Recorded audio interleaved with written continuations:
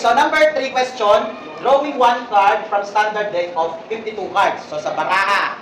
Okay, so what is our event A? What is the probability of getting, ano yung una? Ace. Yung pangalawa, event B, what is the probability of getting? King.